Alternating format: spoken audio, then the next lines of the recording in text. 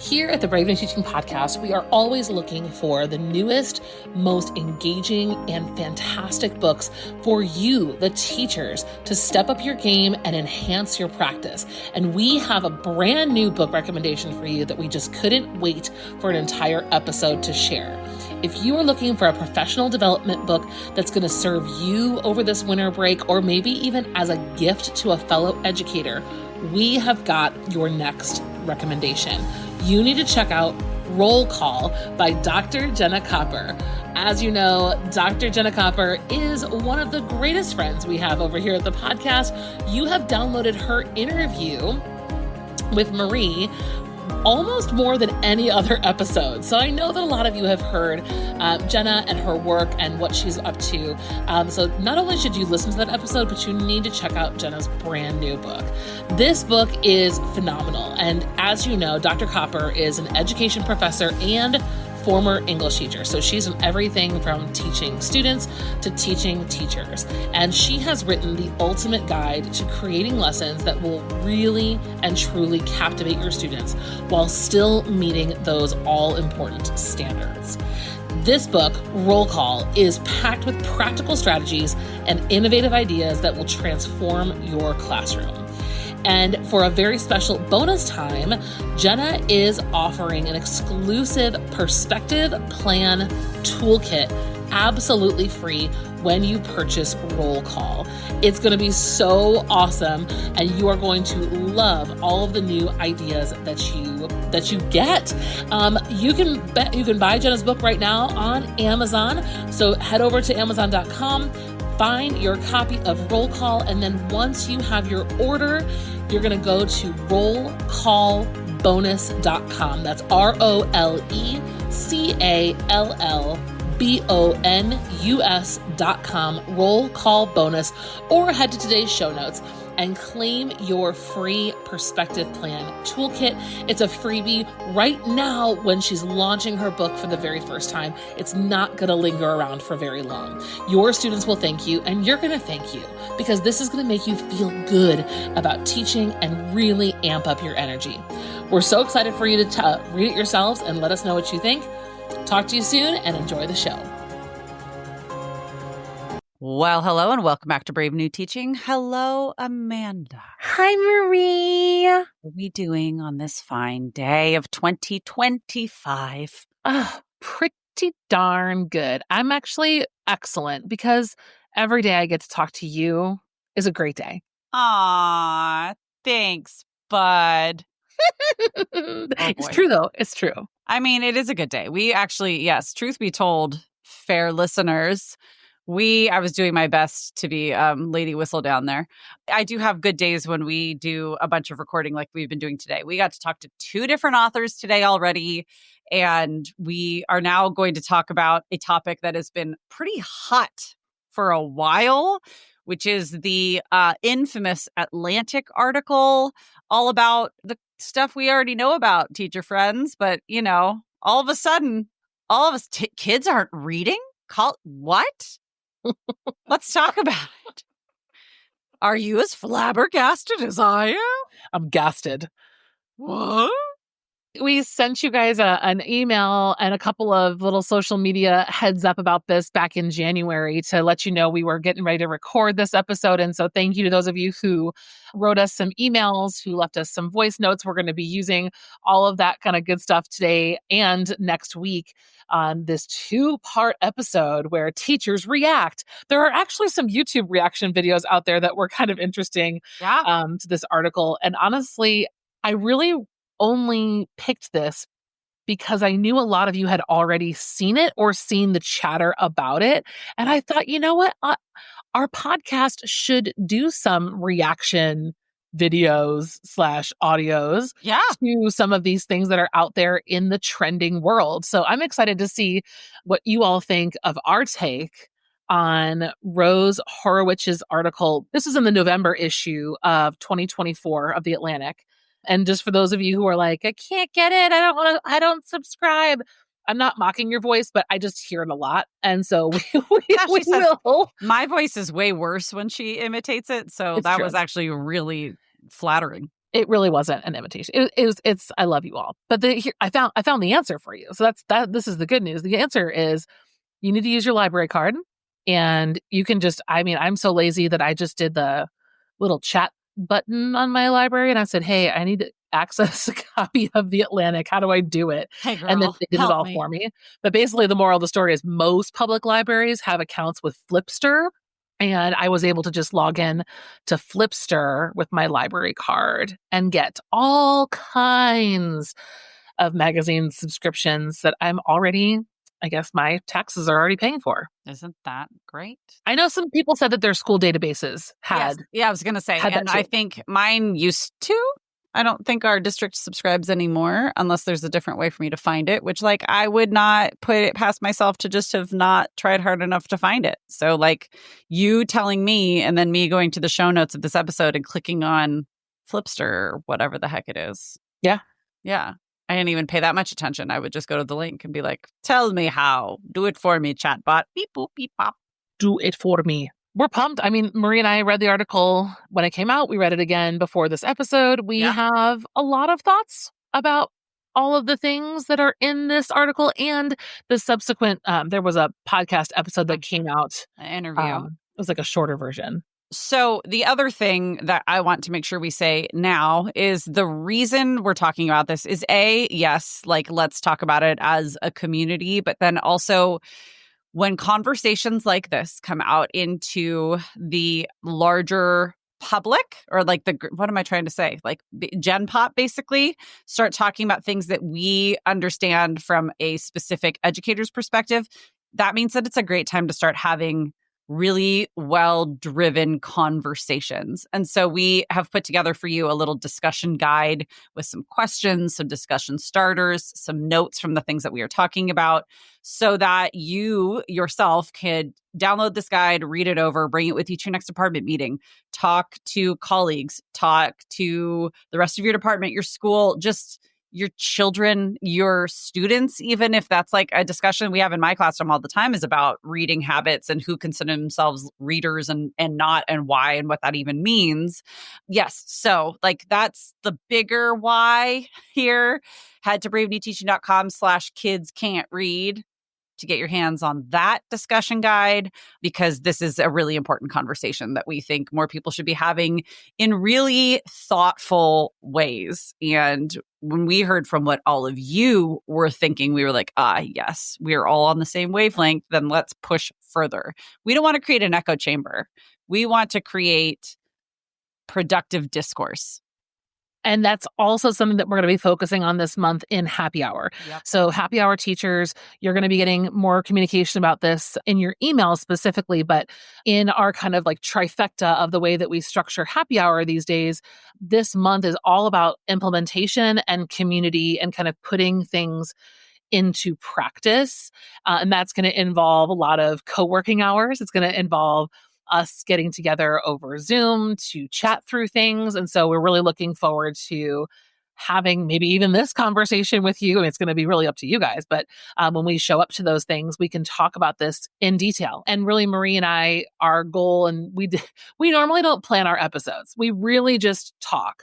But today and next week, these 2 episodes, we're really focused on, so what now? So now what do we do, right? A lot of, like we just said, the article is not going to tell us a lot of things we don't already know, but what is our best way forward? And Marie and I want to kind of like punctuate each of these conversations with, what do we do? What do we do about it? Can we just like, sit around and be annoyed and pissed off? Yes, but not forever. That's not going to get us anywhere. So where are we going with this? That's what this episode is going to do. And that's what part 2 is going to do as well. Yep. This is going to be the most organized chaos you've ever heard from us here at Brave New Teaching. Don't make big promises. Well, it's the most organized chaos. I'm not saying it's completely. I'm saying that was a low bar. All right, friends. I'm ready to get started. But first, cue the music. You're listening to Brave New Teaching, and we are so much more than a podcast. We give teachers the inspiration, support, and tools to challenge the status quo. I'm Amanda, and I'm a former English teacher from Illinois. And I'm Marie, and I'm a high school teacher from Southern California. Join us after the show and happy hour to extend your BNT experience with instant access to our resources, workshops, and courses.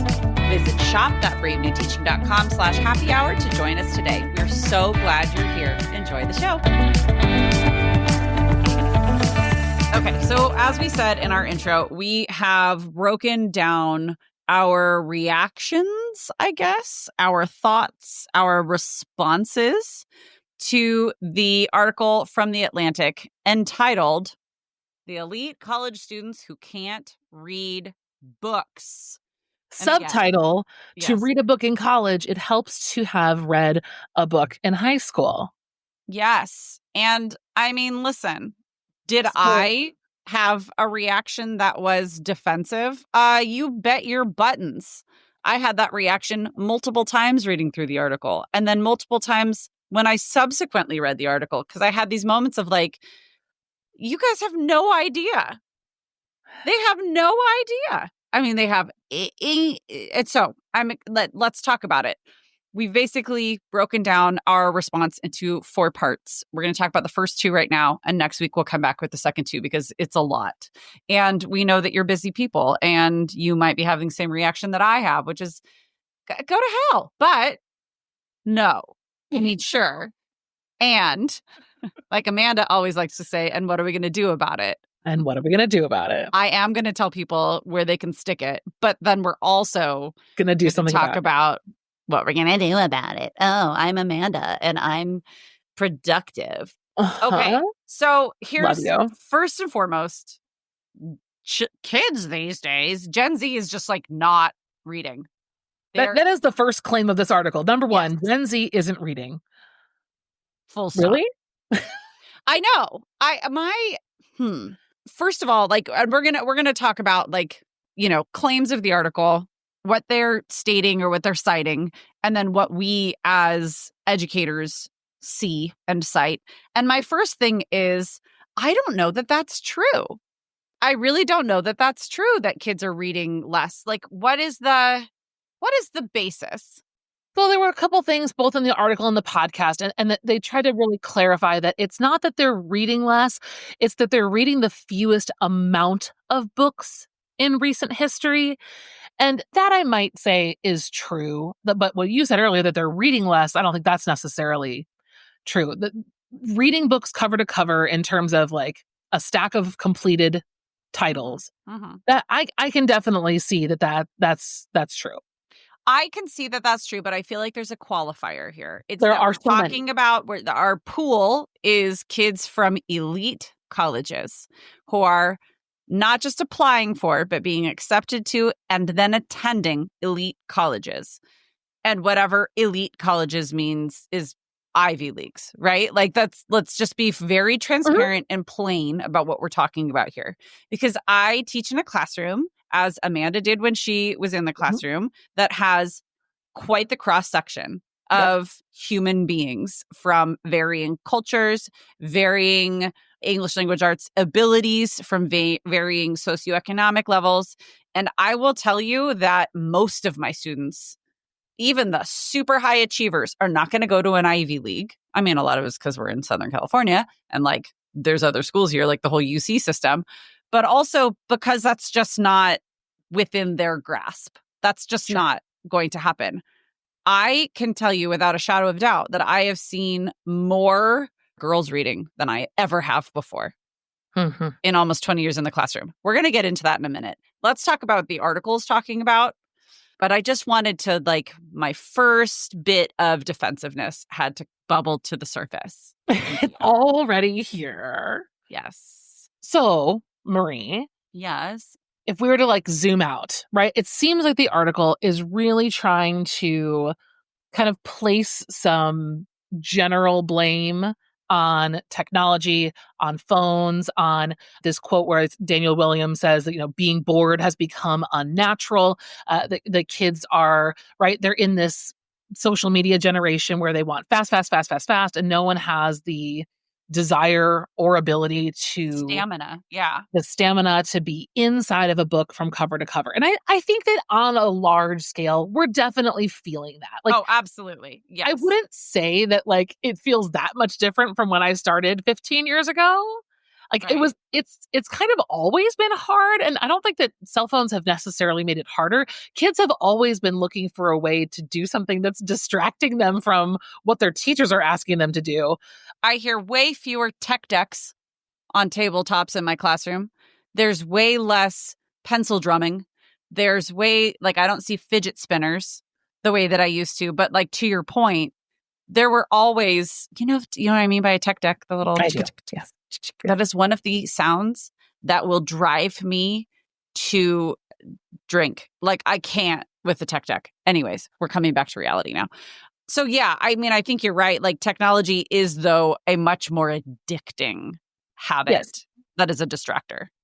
But I just don't know that it's the one thing Yeah. that kids are replacing books with. I think it is exacerbating the distraction. Yes.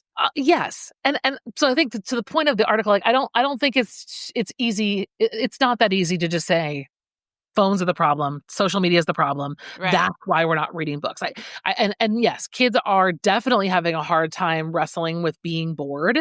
I'm teaching my own children about the merits of boredom, and they absolutely want to murder me every time I talk about that. And they say I'm bored. I say great, that's awesome. Lucky you. I would love to be bored. And there's that. But I think that this kind of, for me, comes back down to, okay, so students are not reading a lot of books. I don't know that that's a revolutionary information, Right. but when we look at teachers, let's look at like staff and teachers and curriculum. Are we teaching fewer books? Right. I think we are. I mean, in my work, right, like what I've seen and even when I was in the classroom, I definitely see the teacher or admin, it depends on the school and depends on the personalities, but I see like the adults' reaction to this reality about kids being not trying to, how do I phrase it? I see them kind of freaking out about it and like scrambling to fill in the gaps rather than to think about it from a broader perspective, right? Like I see teachers are scrambling, like we're going to read entire books out loud in class. We're going to read less so that kids are with me in the books. Like there's still on our brand new teaching population, I think has heard us talk about this 1,000 times, but on the broad scheme, there is still a desire to teach books as like the primary thing that we do in a curriculum. And that has not changed. Kids are changing, but I think we're still trying to push teaching books, and those things are starting to not go well together. I push back though. Like, I can tell you right now, as a kid that got damn near a 4.0 and was a absolute people pleaser, like I didn't read whole books when I was in high school, and I got a ton of them crammed down my throat. Like, I didn't read Of Mice and Men all the way through because I didn't want to. I didn't read Lord of the Flies all the way through because I didn't want to. So, like, I don't know. And then going into my early teaching, kids were not reading the whole, like, they were not reading just because I had more of them.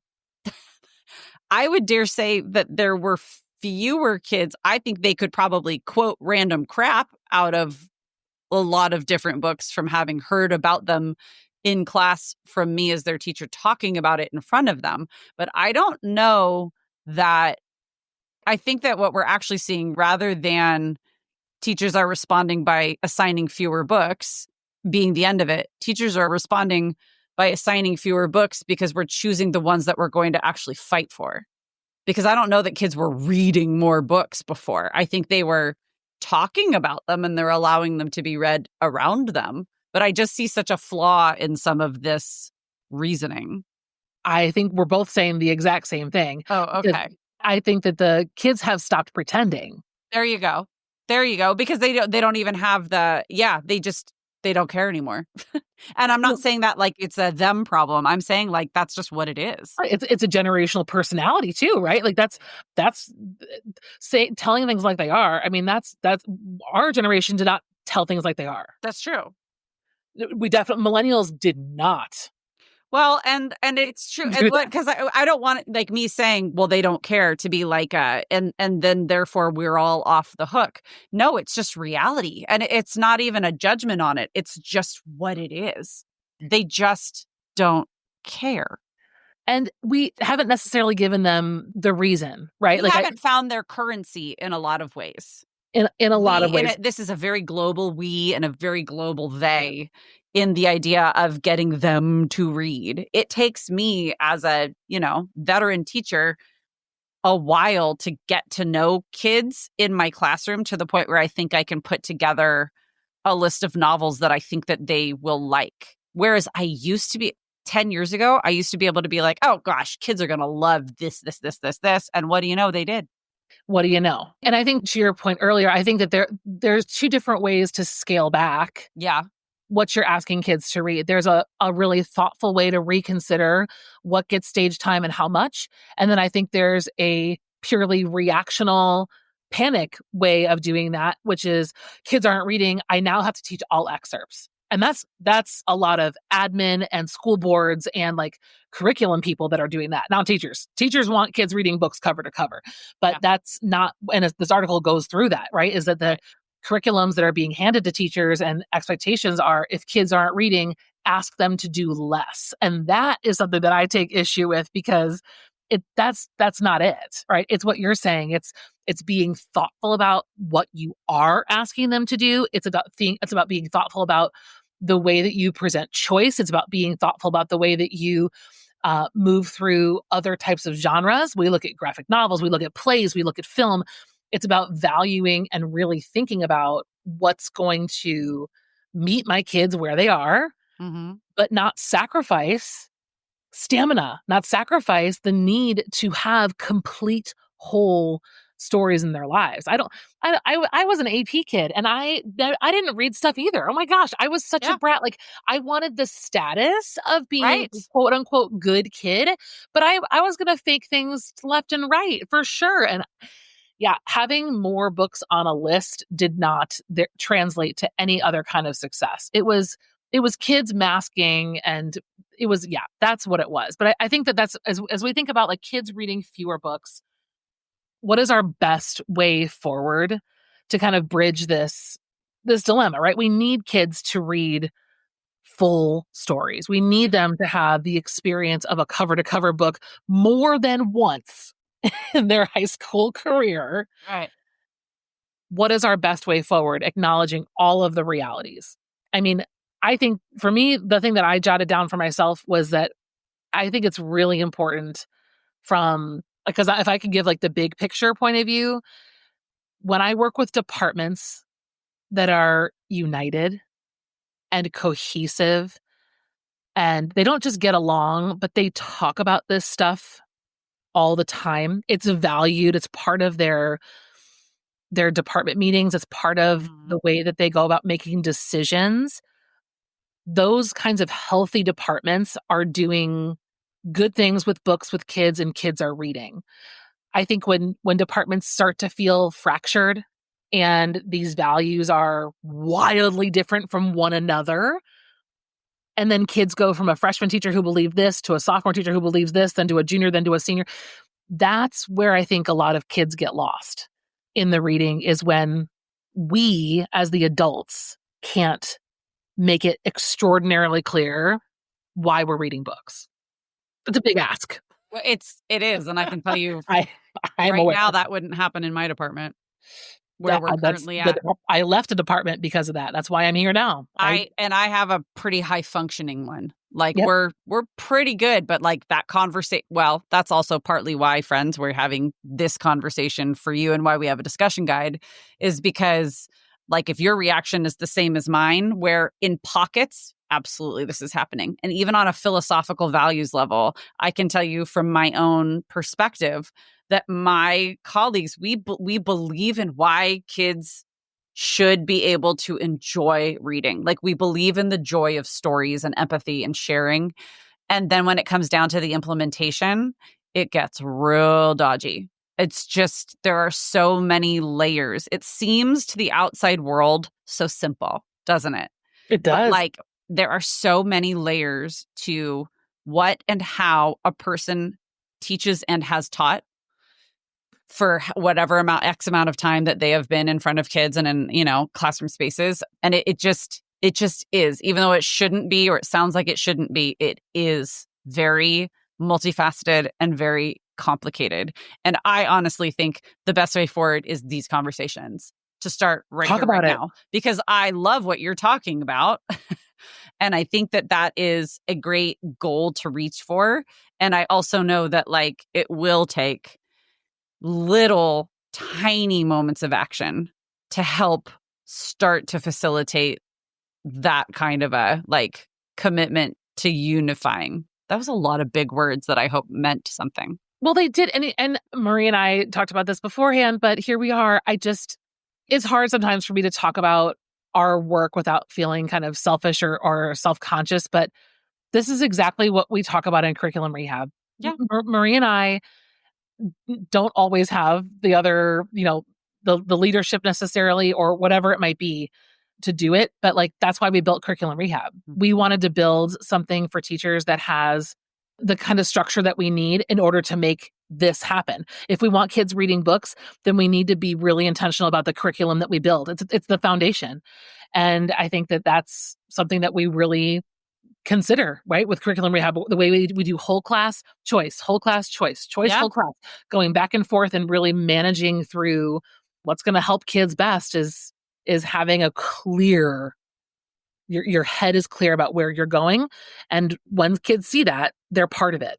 Well, and this leads us to, we said we had two kind of big topics, and we'll go through this one a lot quicker. I won't jump around as much as I have been. I wanted to show my legitimate gut reaction, even though I've thought about this at length for months now, and we even talked about it and outlined it before. I still have these gut reactions, as you all do, and so I just wanted to share mine. But we started, our first point is Gen Z isn't reading. They're just not, right? Take that however you will, but that's the first point of the article. The second is that we have seen and made, especially in secondary education, a shift towards skill-focused schooling. And while that is absolutely what we talk about here is skill, one of the side effects of implementing skill-focused learning is that the values of reading whole books can get clouded, or the understanding of the value in reading whole books when you're looking for skills. So Amanda was talking about things happening in curriculum companies and district and school administration saying, well, then it's all going to be excerpts and articles and small short form content. And then we wonder why kids don't have the stamina for longer things. Yep. Like Amanda was saying, what we talk about here is skill-based, inquiry-based, using text as a vehicle to pull through the thread. Whole text. Yes. We can have both. We can have both. Yes. I gave you the punchline before we set up the rest of the joke here, but that's our best way forward when it comes to, we want to teach skills. Okay, then let's just teach teeny tiny little things. No. Teach skills through big, long texts that also have supplements that are there. Make all of the things available and accessible to as many kids as you can in order to actually meet everybody where they're at. That differentiation for you. This is what we're doing. We're doing this already. Yes, we are. Okay, let's talk about what the article says, though, about skill focused and its change. And we're going to speak more about college next week, but a lot of it is tied into scores and testing and having these kind of checkbox, can do, can't do kinds of things on your resume and your experience in high school, right? You need to, I can read, not I can experience empathy through a novel, blah, blah, blah, right? That's not a standard. A standard, right? That's really what the article was getting at, is that this is one of the reasons why kids aren't reading whole books. And maybe if that's how you're teaching skills, then that probably is a reason that kids aren't reading whole books. That also is not, that doesn't surprise me whatsoever. And I think that this goes back to even what we're seeing with the science of reading. Yeah. So we're seeing, I'm watching it happen right now. My kids are in kindergarten, first grade. They're not, I don't know, it kind of depends on the instructor, but I see way more stuff coming home about phonics than about the stories they're reading in class. And so, I mean, well, no, I'm interested to see, because with now kids that are older than yours, double, right? Doubled over. I will say that stuff coming home turned into full story in probably first, second grade. And I think that that's the hope, right? Is that Marie and I we're just saying this. No one is saying that we shouldn't teach skills. My kids absolutely need, and because I can't do it, we know that the science of reading is real and really important. Kids do need phonics. They do need skill-based, right, checklist kinds of things to happen in school, for sure. But what we're saying is not at the expense of the other things. And I think that that's my encouragement, like for when I think about like the best way forward, and I think about, you know, what I hope for my kids is that we can achieve balance, because those skills don't matter if you don't have empathy. Those skills don't matter if you can't think critically about a much bigger problem or situation. That's hard sometimes to convince an admin or someone who's kind of like telling you what to do and it has to be a certain way. That would be my pullback. When I would say like, so what? So what my kids can do X, Y, and Z. Why would they do it? In what scenario would they need to do these things? Could they handle this? Right? My kid can read. Can I put that kid who can read in a Socratic seminar to talk about the book? Not necessarily. Well, and therein lies the basis of my defensiveness, because it's so much more than the bottom line. Right. It's so much more than the bottom line. And honestly, I don't know. I'll talk about this more next week, because I'm going to go on a whole diatribe, and we've already been talking for 30 minutes. Well, it's a lot. And we could talk about this article and these issues, because I don't know how this one article was only 3 pages. I think that's probably why we have so many reactions, is because it's so oversimplified. It's so oversimplified, but that's also why it made it so far. And that belabors the point. It belabors the point. It's so short because grown-ups don't want to read whole things either. They don't. Listen. But we want you, if you are new to the podcast and you are just here listening, we would really love for you to take a look at Curriculum Rehab. If you go to bravenewteaching.com/curriculum rehab, this is the course that Marie and I built, and we have refined and refined over and over and over again to show teachers a way forward to create the kind of curriculum that flexes with what kids need, adapts to the length, genre, you name it, kinds of books that you want to have in your curriculum. It's flexible, but still offers the structure that you need so that you can actually plan and be a human and hit those skills. Like I do want you to learn how to write a claim, but I also want you to read a whole book. I want you to do it in context. Yeah. I want you to do it well. I don't want it just to be like just another thing on the to-do list. So we believe in that so strongly, and that this article reaffirmed everything that I do. Oh, 1,000%. And I'm excited to talk more next week about college readiness, career readiness, right? Like, are those where those two intersect and where those two deviate, especially in the eyes of this article, and reading and all of that. And then just like The Atlantic, welcome to reality. We've been here for a while. But thanks for getting the conversation back out there. I'm not bitter about it, but I'm also kind of like, it doy. Anyways, yes. So, okay, we're going to stop here, friends. If you haven't read the article yet, please go take a little look-see, access your public library, go to the show notes. And then, like, if you have this, reaction, maybe send us a little voicemail. Maybe send us a little message, a little DM situation. Let us know how you are feeling and thinking about this, and take a little look at our discussion guide. And that is it for now. We will be back next week with more thoughts, especially on like what happens after high school, because that's really what this article is talking about, is college readiness. So I'd like to expand that to college and career preparedness. I would too. Yes. Thank you so much for joining us today, and we will see you next week. Bye. Thanks again for listening to Brave New Teaching. We'd love to keep the conversation going over on Instagram.